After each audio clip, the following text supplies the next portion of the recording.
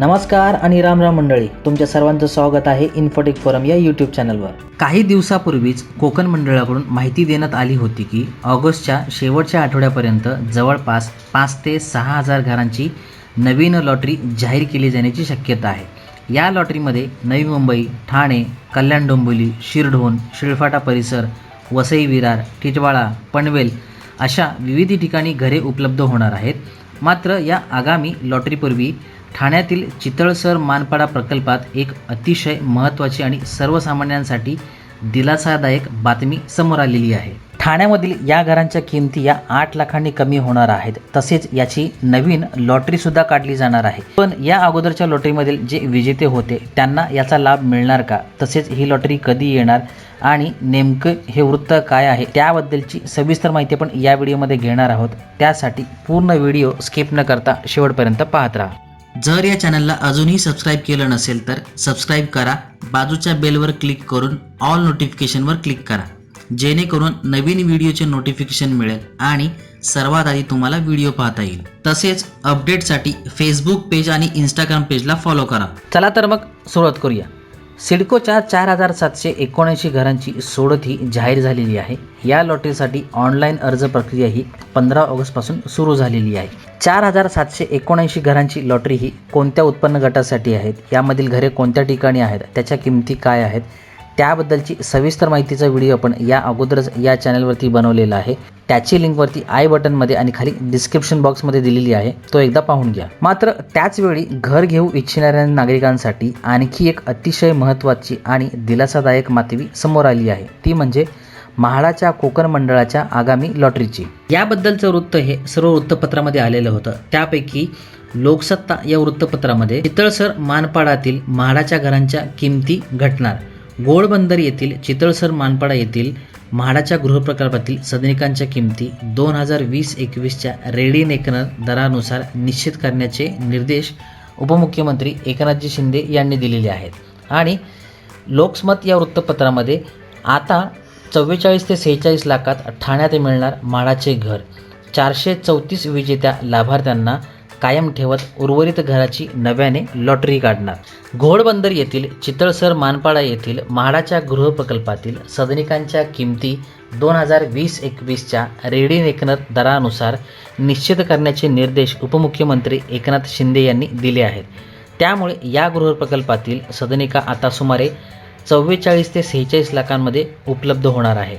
तसेच यापूर्वी सोडत येथील 434 विजेत्या लाभार्थ्यांना कायम ठेवण्यात येणार असून उर्वरित सदनिकांसाठी सुधारित दरांनुसार नव्याने सोडत काढण्यात येणार आहे। चितळसर मानपाडा घरांच्या किमतीत मोठी कपात।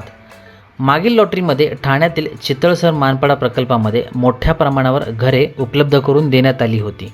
या प्रकल्पामध्ये एकूण 1173 घरे आहेत। त्यापैकी मागील लॉटरीमध्ये तब्बल 934 घरांची सोडत काढण्यात आली होती। मात्र या घरांच्या किमती तुलनेने जास्त असल्यामुळे या प्रकल्पाला अपेक्षित तसा प्रतिसाद मिळाला नाही।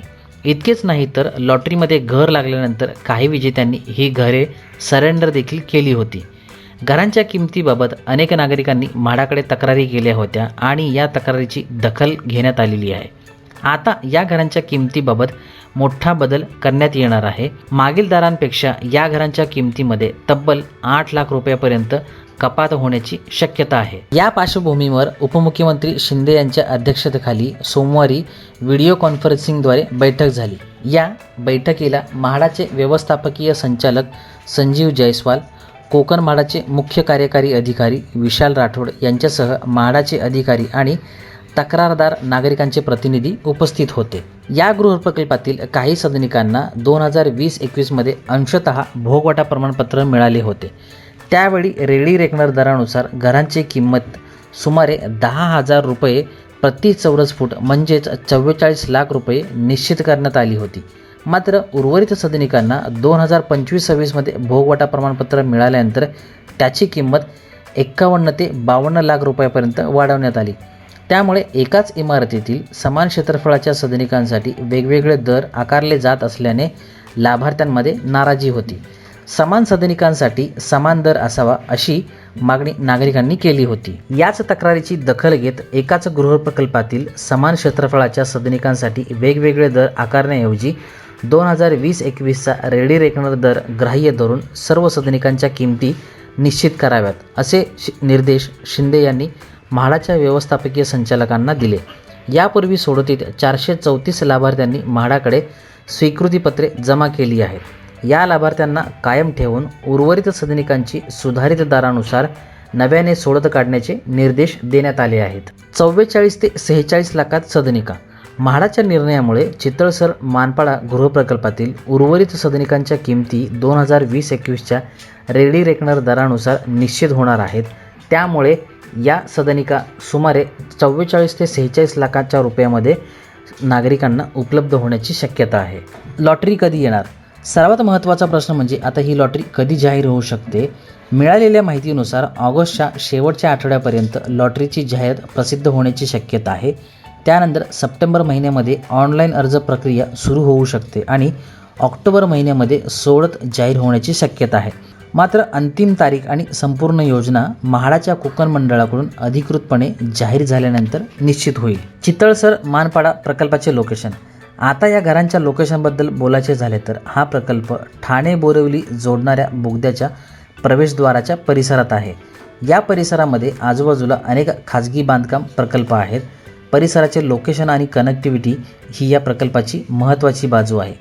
मात्र मागील वेळी घरांचा कार्पेट एरिया तुलनेने कमी असल्याने अनेक अर्जदारांनी या घरांना पसंती दिली नव्हती.